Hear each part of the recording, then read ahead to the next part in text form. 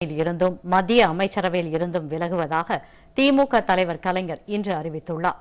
ஈழத் தமிழின படுகொலை குறித்து திமுக முன்மொழிந்த திருத்தங்களை இந்திய அரசு பரிசீலிக்காததால் உடனடியாக கூட்டணியில் இருந்து விலக முடிவு எடுக்கப்பட்டதாகவும் கலைஞர் தெரிவித்தார்.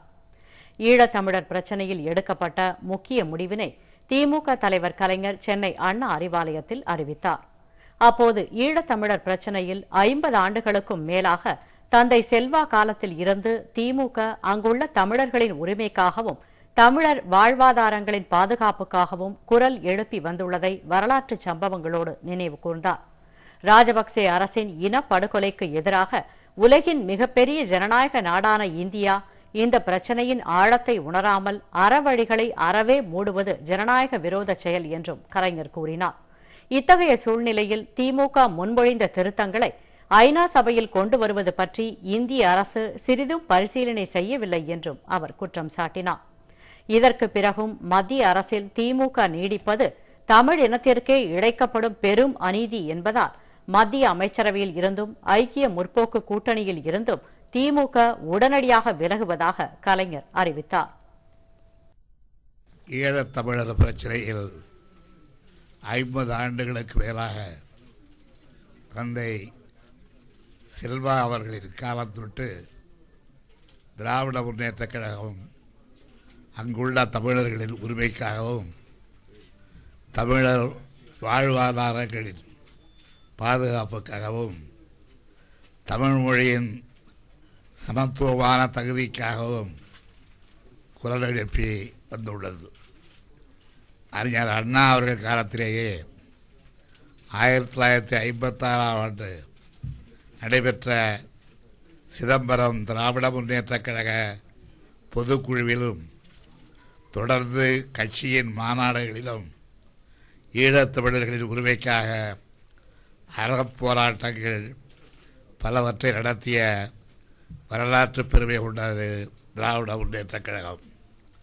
தந்தை செல்வா அவர்கள் காலத்தில் ஈழத்தமிழர்களுக்காக அமைதியான முறையில் தொடங்கிய எழுச்சியையும் ஈழத்தமிழ் சமுதாய புரட்சியையும் ஆயுத வளம் கொண்டு அரசின் அதிகார வலிமையை கண்டு சிங்கள வெறியர்களின் ஆதிக்கத்தை நிலைநாட்டலாம் என்று கருதி செயல்பட்ட சிங்கள பேரினவாத அரசாங்கத்தின் கொடுமைகளையும் அங்கு வாழும் தமிழர்களின் கலை கலாச்சாரங்கள் போன்றவைகளை அழித்தொழிக்க முனைந்து வன்முறை வெறியாட்டங்களை நடத்திய சிங்கள வெறியர்களுக்கு எதிராக கிளம்பிய விடுதலை புலிகள் மற்றும் விடுதலை போராளிகள் அந்த மண்ணில் அடுத்தடுத்த நடந்த போரில் பலியானார்கள் என்றாலும் கூட அங்கே கொழுந்து விட்டிருந்த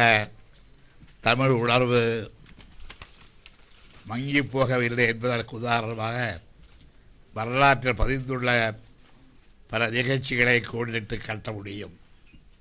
தமிழ் இளைஞர்களும் வாலிபர்களும் தங்கள் இனம் வாழ மொழி வாழ நடத்திய வீரமரண போராட்டங்கள் கூட தமிழ் உணர்வற்றவர்களால் எள்ளி நகையாடப்பட்டாலும் அவைகளையெல்லாம் மீறி நமது குறிக்கோளின் வெற்றியே முக்கியம் என்ற கொள்கை உறுதியோடு ஈழப்போரில் மாண்டு மடிந்த போராளிகளுக்கும் அவரது குடும்பத்தாருக்கும் வீர வணக்கத்தை தெரிவித்துக் கொள்கிற சூழலில் அவரது காலடி மண்ணெடுத்து அதனை திலகமாக இட்டுக்கொண்டு அந்த திலகத்தின் சாட்சியாக தமிழ் ஈழத்தில் சிங்கள பேரினவாதிகளால் நடத்தப்பட்ட அதிலும் குறிப்பாக ராஜபக்சே அரசின் போர்க்குற்றங்கள் அறிந்த இருகரத்துக்கு இடமில்லாத வகையில் இனப்படுகொலையை நடத்தப்பட்டு உலக அரங்கில் உள்ள நாடுகளின் வாதத்துக்கு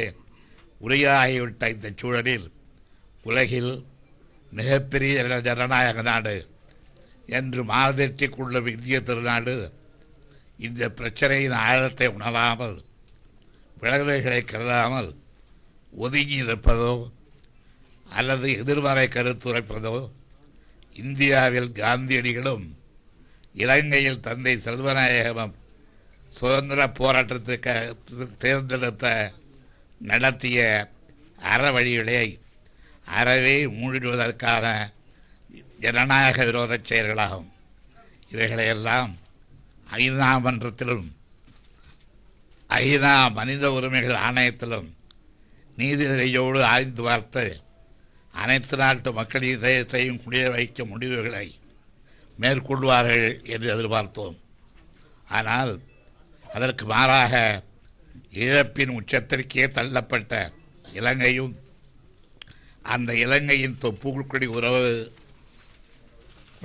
உறவு கொண்ட தமிழகம் இடம்பெற்றுள்ள இந்தியாவில் இந்த ஜனநாயக தொடர்ச்சியாளருக்கு கருதவர்களை திறந்து விட்டிருப்பதை இன உணர்வுள்ள எந்த ஒரு தமிழரும் ஏற்றுக்கொள்ள இயலாது. எனவே குதிரை குப்பரத்தள்ளியது அல்லாமல் குழியும் பறித்த கதையாக அமெரிக்காவின் அறிவு தீர்மானத்தை பெருமளவுக்கு தீர்த்து போய்விட்டதோடு திராவிட முன்னேற்ற கழக முன்மொழிந்த திருத்தங்கள் இவற்றையும் இந்திய அரசு ஒரு சிறிதும் பரிசீலனை செய்யவில்லை.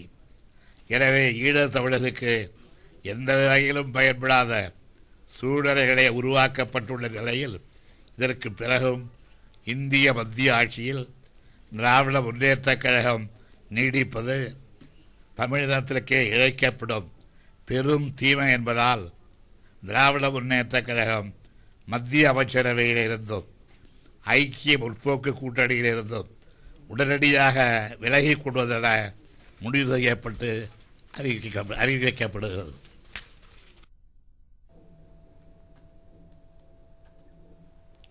ஐக்கிய முற்போக்கு கூட்டணி அரசுக்கு வெளியில் இருந்தும் ஆதரவு இல்லை என்று தெரிவித்த கலைஞர் திமுகவின் மத்திய அமைச்சர்கள் விரைவில் பதவியை ராஜினாமா செய்வார்கள் என்றும் கூறினார்.